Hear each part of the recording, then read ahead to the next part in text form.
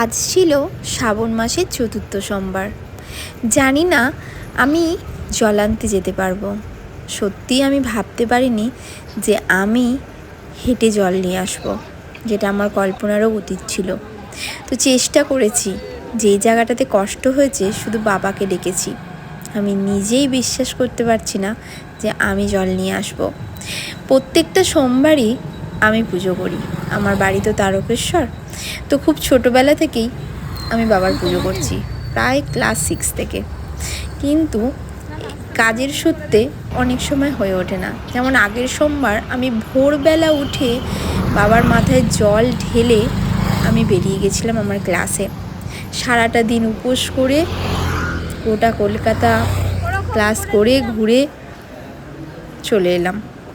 কিন্তু এই সোমবারে বেরিয়ে পড়েছিলাম জল আনতে। আমরা সোমবার দিনে সকালেই গেছিলাম। তো হেঁটে অলরেডি ডাকাতকালীর মন্দির চলে এসেছি।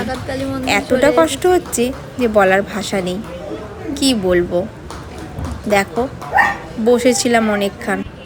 ডাকাতকালীর মন্দিরে আমি বরাবরের যাই, মানে প্রত্যেক মঙ্গলবারই আমি চেষ্টা করি মায়ের মন্দিরে যাওয়ার। মা আমাদের খুব জাগ্রত, সিঙ্গুরে এই ডাকাতকালী মন্দিরের ভীষণ নাম। তো তোমরা অবশ্যই ডাকাতকালী মন্দির এসো। যথারীতি ডাকাতকালীর মন্দির থেকে উঠে বাবাকে ডাকতে ডাকতে সাত মন্দির তলাতে চলেই এলাম।